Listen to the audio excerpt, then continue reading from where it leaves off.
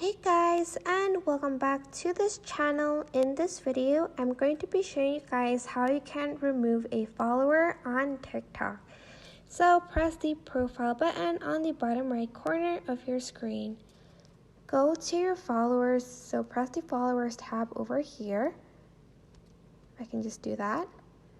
And for instance, you want to remove this person from your followers, so click on it and then click on the three dots on the top right corner of your screen and press remove this follower. Remove this follower, user will no longer follow you and it won't be notified that you removed them. Press remove. And that's it. I hope this tutorial was helpful for you guys. Don't forget to like, comment, share, and also subscribe to this channel if you haven't done that. If you have any questions, just leave it in the comment section down below, and I will try my best to answer them all. Thank you so much for watching. Bye!